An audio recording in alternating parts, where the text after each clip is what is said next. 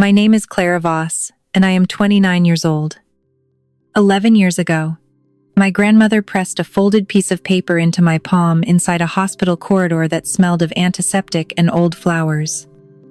She made me promise not to open it until I had built something of my own, something she couldn't take from me. She was talking about my mother. Margaret Voss had spent 40 years building a catering empire in Charleston, South Carolina. When I say empire, I mean the kind of business that feeds the governor's inauguration and the wealthiest wedding receptions in the Low Country. She built it from a single rented commercial kitchen and a second-hand delivery van when I was 3 years old. By the time I turned 16, the Voss Catering Group employed 90 people and held exclusive contracts with 4 of Charleston's most prominent event venues. It was extraordinary. It was also her entire identity. And she managed that identity the same way she managed her kitchen staff, with absolute, non-negotiable authority. My older sister, Diana, absorbed our mother's operational precision early. By 22, Diana wore the company lanyard like a military decoration. She spoke in quarterly projections and yield percentages. She was the succession plan, groomed and gift-wrapped. I was the anomaly.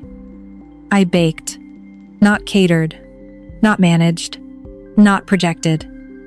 I baked specifically. I became obsessed with sourdough fermentation at 14, after a school science project went sideways and produced the most extraordinary bread I had ever tasted. I spent every afternoon after school in our home kitchen, feeding wild yeast cultures I named after jazz musicians. I checked temperatures, the way other teenagers check their phones. I filled spiral notebooks with hydration ratios and fermentation timelines. My mother viewed this the way a surgeon views a child playing with band-aids. Adorable, misguided, entirely beside the point. The confrontation that altered the trajectory of my life happened on a Tuesday evening in October, 3 weeks before my 18th birthday. I had been accepted into a culinary arts program at Johnson & Wales University in Charlotte. Not on a partial scholarship, a full merit scholarship specifically designated for innovation in artisan baking. The acceptance letter arrived with a handwritten note from the department chair, who had reviewed the 30-page fermentation research portfolio I submitted. He called my methodology, and I remember this exact phrase, because I read the letter approximately 400 times, genuinely original. I placed the acceptance letter on the kitchen island where my mother reviewed her weekly contracts every Tuesday evening. I surrounded it with 6 sourdough loaves I had baked that afternoon. Each one was a different hydration ratio. Each one was perfect. I watched from the doorway as my mother walked in, set down her leather portfolio, and looked at the spread on the island. She picked up the letter. She read it in its entirety. Then she set it down, walked to the cabinet above the refrigerator, and poured herself 2 fingers of bourbon. She told me the scholarship was flattering. She told me baking bread for a living was a beautiful hobby. Then she told me that the Voss Catering Group needed an events coordinator, that Diana could not run the operational side alone, and that my future was already built and waiting for me to simply walk into it. I told her no. She looked at me the way she looked at vendors who missed delivery windows. Measured, lethal, passion. She informed me that if I walked out of the Voss family business to pursue what she called a boutique fantasy, she would consider it a personal resignation from the company and from the family financial structure entirely. No tuition support, no safety net, no apartment fund, no future seat at the table. I told her the scholarship covered everything. She picked up 2 of my sourdough loaves. She walked to the back door that opened onto the patio. She dropped them both into the outdoor trash bin with the practiced deficiency of a woman disposing of failed inventory. She told me that bread was a commodity, that anyone could bake bread, that I was throwing away a legacy to play in a kitchen I could have had for free. Then she walked back to her contracts and didn't look at me again. I went upstairs. I packed a single rolling suitcase. I opened my jewelry box and took the small pearl earrings that had belonged to my grandmother, Elsa. Then I unfolded the piece of paper Elsa had pressed into my palm in that hospital corridor 4 years earlier. The paper I had faithfully kept sealed. The note read, First Federal Credit Union, account 7,741. The passcode is the street we grew up on. I have been watching you, Clara. Build something real. I sat on the edge of my bed for a long time. Then I called a taxi to the bus station. Charlotte in November is gray and unforgiving. My student housing was a single room above a laundromat, which felt like the universe making a specific kind of joke. The scholarship covered tuition and a modest monthly stipend. I stretched every dollar with the same precision I applied to hydration ratios. The following morning, I visited First Federal Credit Union on Trade Street. Account 7,741. I gave them the name of the street where my grandmother grew up. Elsa had been depositing into that account for 11 years. The balance was $14,000. She had never mentioned it. Not once.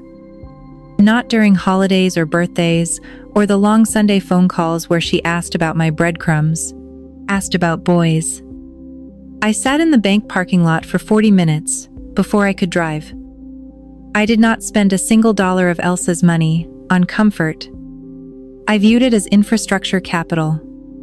I used it to rent a small commercial kitchen space on Saturday mornings from a local restaurant that closed for the weekend.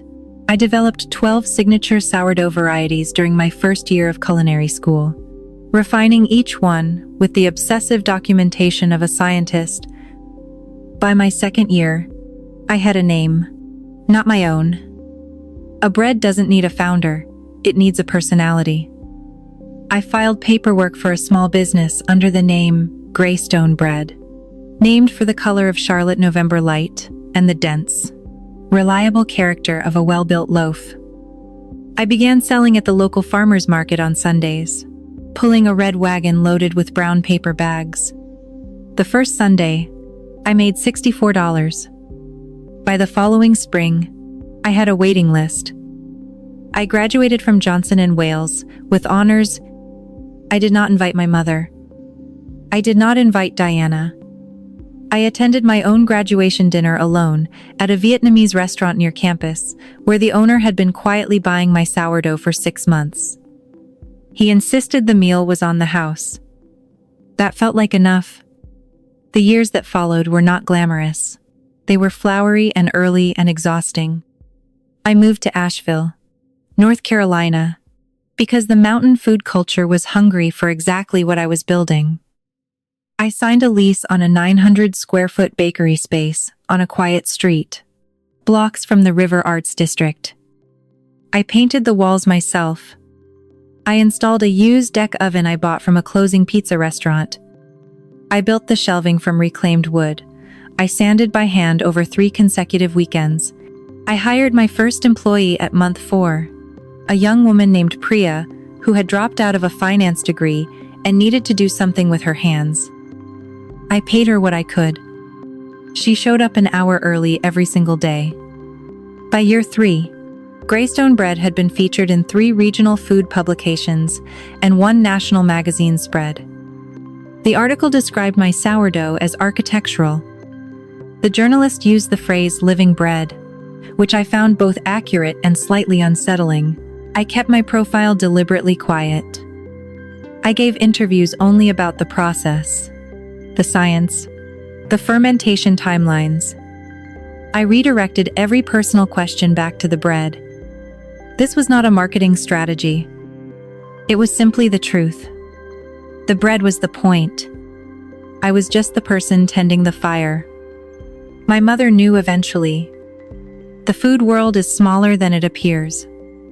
Diana called me once, about 2 years after I left Charleston. She told me Margaret had seen the magazine piece. She said our mother called it a nice little operation.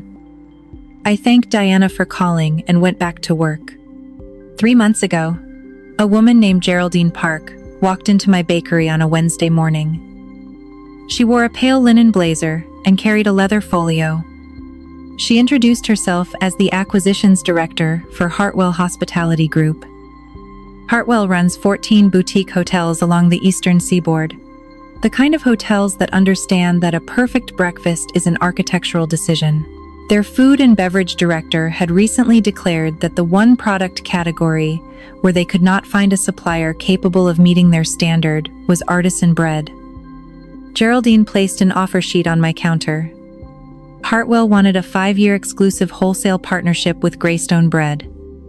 They were proposing an initial contract worth $800,000. They wanted to put Greystone on every breakfast table in every property. They wanted the story. They wanted the brand. They wanted me to be visible. I read the terms twice. I asked Geraldine for 48 hours to review with my attorney. She told me to take 72. She bought 2 loaves on her way out. That evening, I sat at my drafting table in the back of the bakery and opened my laptop to draft questions for my attorney. My phone rang. Unknown number.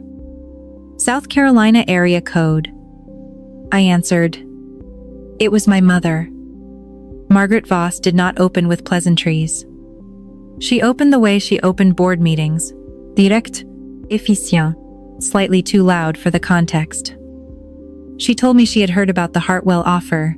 The food industry networks in the Southeast are extraordinarily permeable. She told me she was calling because she had a proposal. The Voss Catering Group had been struggling. The exclusive venue contracts were expiring. 2 of the 4 venues had gone through ownership changes and brought their catering in-house. Diana was managing the operational hemorrhage, but the revenue gap was significant. My mother was staring at her first genuine financial contraction in 30 years. Her proposal was efficient. She wanted Greystone Bread to fold into the Voss Catering Group as a subsidiary. She would provide distribution infrastructure, her existing venue relationships, and the Voss name, which still carried considerable weight in Charleston. In exchange, I would give her company a 49% stake in Greystone and move production to the Voss Commercial Kitchen in Charleston. She said it was the smart move. She used the word synergy without any apparent awareness of its recent cultural baggage. She said family businesses should operate as unified entities.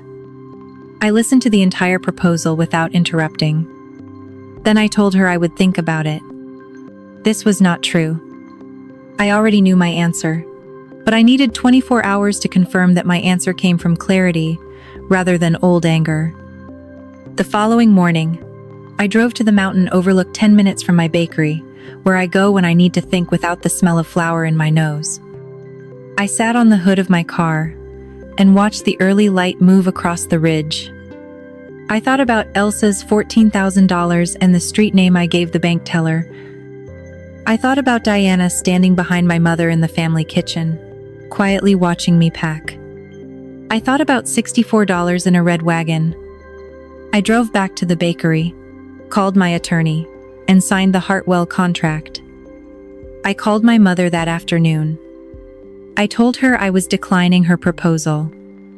I told her I understood she was navigating a difficult revenue period, and that I genuinely hoped the Voss Catering Group stabilized. I told her I held no appetite for a protracted conflict. Then I told her the truth. I told her that 11 years ago, she dropped 2 loaves of my bread into a trash bin and told me I was throwing away a legacy. I told her I understood now that she genuinely believed that. I understood she thought she was protecting me from a difficult path, but the path was mine to walk. The difficulty was the point. The bread I baked in a rented kitchen on Saturday mornings while attending school on a scholarship was not a boutique fantasy. It was the foundation of an enterprise that now carried my grandmother's quiet faith and the labor of people like Priya, who shows up an hour early every day because she believes in what we are building. I told my mother I was not interested in the Voss name anymore. I had built my own. The line was quiet for a long moment.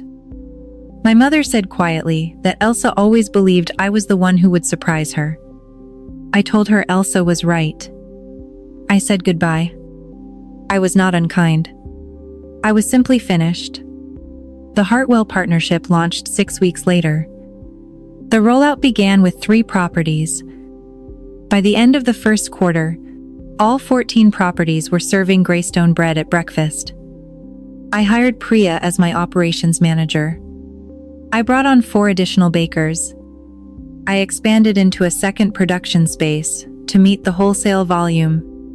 On my drafting table, between my fermentation notebooks and a scale calibrated to the gram, sits a small glass jar. Inside, it is a tablespoon of dried sourdough starter from my very first culture, the one I named after Miles Davis when I was 14. It survived the move from Charlotte. It survived the Asheville winters. It survived every morning. I doubted whether the whole enterprise was, as my mother once said, a beautiful hobby. It is not a hobby. It is a living thing. I feed it every morning. It feeds everything else. My grandmother taught me, in the way grandmothers teach things, through patience, folded notes, and quietly funded bank accounts. That building something real requires a specific kind of faith, not the faith that someone will hand you the outcome, but the faith that the process itself will sustain you, while the outcome takes its time arriving. Margaret Voss built something extraordinary from nothing. I will never stop respecting that. But she confused the empire with the lesson. The lesson was never inherit this. The lesson was always build something they cannot take. I finally understood what Elsa meant by that. Not that they would try to take it, but that if you build it correctly with your own hands from the raw materials of your own conviction, it becomes structurally impossible to remove. You are the foundation.